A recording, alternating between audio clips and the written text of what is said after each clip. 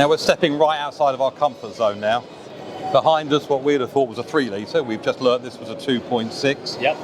Petrol conversion to electric.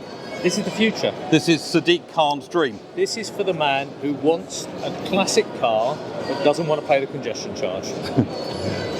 And can take it out of his drive without paying the ULEZ charge and being scrapped. Actually, this is for the man who can afford to buy a classic car but can't afford the congestion charge. Can't afford to run it. More and more, I think we're going to start seeing classic cars being converted to electric. I just think it's going to be absolutely the future. And there's probably a whole new industry now growing. There's a load of cars that are going to be scrapped in the next 10 years through this stupid ULEZ charge that's coming in. Yeah. I say stupid, it's just going to cause a lot of problems for people with cars that can't afford to just go out and buy, not something like this, but just an inexpensive car. I don't know what the cost of these conversions are, but I can see this going forwards where people have got classic cars where fuel becomes more difficult to find, where we move more into the electric age. We've got people who've got these old classic cars and can no longer drive anymore because they're banned from the roads or they can't get fuel or whatever it may be.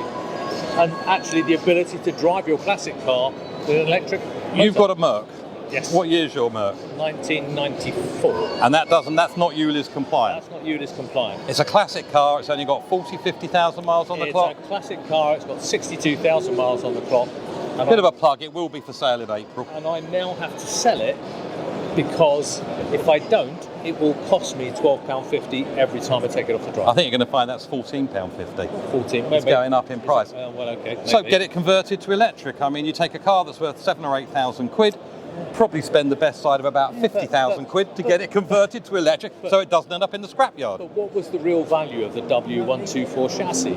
Okay, it was the motor. It was the engine, because the engine went on forever. That said, the chassis A goes on million forever. German taxi drivers can't be wrong. No, exactly. This is a great little engine going into a great classic car. Keeps the body on the road, if not the spirit.